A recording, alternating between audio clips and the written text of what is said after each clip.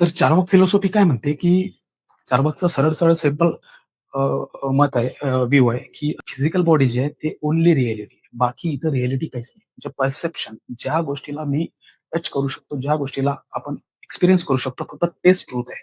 बाकी आत्मा, परमात्मा, पूजा-पाठ वगैरे, लाईफ बियॉन्ड डेथ वगैरे, पास्ट लाईफ, लॉ ऑफ कर्मा हे काहीही नाहीये. फक्त एन्जॉयमेंट करा, एन्जॉय करा. जोपर्यंत लाईफ आहे तोपर्यंत सर्व काही आहे.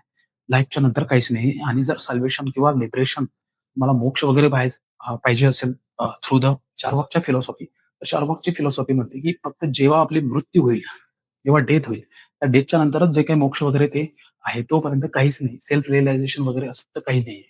ओके. सो याचे फाउंडर कोण होते?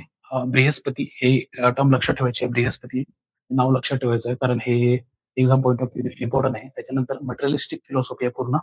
जी फक्त एन्जॉयमेंटवरच एम्फसाइज करते. त्याच्यानंतर perception is the only source of knowledge जे आधी मी सांगितलं. हे याचं युनिक फीचर आहे. परसेप्शन म्हणजे काय? एक्सपिरियन्स किंवा टच. ज्या गोष्टी एक्सपिरियन्स किंवा टच करता येतात, फक्त त्याच गोष्टी रिअल आहेत. बाकी काही रिअल नाही. ओके. आणि obviously no after life, no law of karma. आता सोल वगैरे याच्यामध्ये ते जर बिलीव्ह करतच नाही, गॉडमध्ये बिलीव्ह करत नाही, जर लॉ ऑफ कर्मा पण येत नाही, नो सोल, नो रिबर्थ, काही याच्यामध्ये कुठल्याही या पॉइंटमध्ये ते बिलीव्ह करणार नाही. ओके. तर त्याच्यानंतर काय liberation only mean and end of this life. म्हणजे जेव्हा लाईफ एंड होईल, डेथ येईल, तेव्हाच फक्त आपण लिबरेट होऊ शकतो इथून. तेव्हाच आपल्याला मुक्ती मिळू शकते. तोपर्यंत आपल्याला मुक्ती नाही.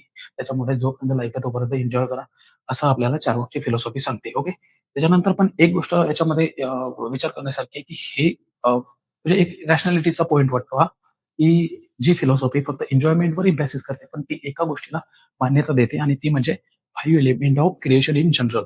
म्हणजे जे युनिव्हर्स क्रिएट झालं, पंचमहाभूत म्हणतो आपण त्याला. त्याच्यामध्ये ते बिलीव्ह करते. पण त्याच्यामधल्या एका पॉइंटमध्ये ते बिलीव्ह नाही करत. तर तो कोणता पॉइंट आहे? तर आधी ते बिलीव्ह कशामध्ये करते? फायर, अर्थ, वॉटर, एअर आणि इथरमध्ये ते बिलीव्ह करत नाही. ओके. फायरमध्ये ऑब्व्हियसली बिलीव्ह करणार. फायर मीन्स अग्नी दिसते, टच होते.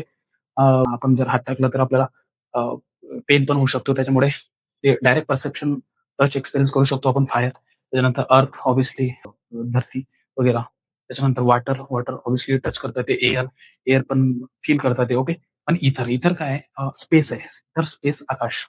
परसेप्शन इथरलाच आपण टच एक्सपिरियन्स करू शकत नाही. त्याच्यामुळे ते इथर not accepted by the Charvaka. ते याच्यामध्ये बिलीव्ह करत नाही इथरमध्ये. तर हा पॉइंट आपल्याला लक्षात ठेवायचा आहे. पंचमहाभूतामध्ये ते बिलीव्ह करते फक्त इथर. आकाश जे आहे किंवा स्पेस जे आहे, त्याच्यामध्ये ते बिलीव्ह करत नाही. ओन्ली बिलीव्ह इन अर्थ अँड काम. जे आपण बघितले होते traits of the Indian philosophy. धर्म, अर्थ, काम, मोक्ष. त्याच्यामधल्या फक्त हे अर्थ आणि कामामध्येच बिलीव्ह करते. ऑब्व्हियसली मोक्ष आणि धर्मामध्ये तर बिलीव्ह करणारच नाही. कारण ते पार्ट ऑफ द गॉड किंवा सोल मायग्रेशन त्याच्याशी रिलेटेड आहे ते. ओके. सो या फिलॉसॉफीला आणखी एक काय म्हटलं गेलं होतं? याला टर्म दिली होती लोकायता फिलॉसॉफी आणि हा क्वेश्चन ऑब्जेक्टिव्हमध्ये आलेला आहे यूपीएससी प्रिलिमच्या. आणि याचं मीनिंग काय? लोकायता फिलॉसॉफी. जी फिलॉसॉफी सामान्य लोकांसाठी लोकांमध्ये पॉप्युलर होती. त्याला आपण लोकायता फिलॉसॉफी म्हणतो. आणि बऱ्याच वेळा ही चार्वाक फिलॉसॉफीच्या ऐवजी आपल्याला लोकायता फिलॉसॉफी म्हणून आपल्याला क्वेश्चन विचारले जातात. तेव्हा बऱ्याच वेळा आपण कन्फ्यूज होतो. ओके. सो हे लक्षात ठेवायचं आहे लोकायता फिलॉसॉफी.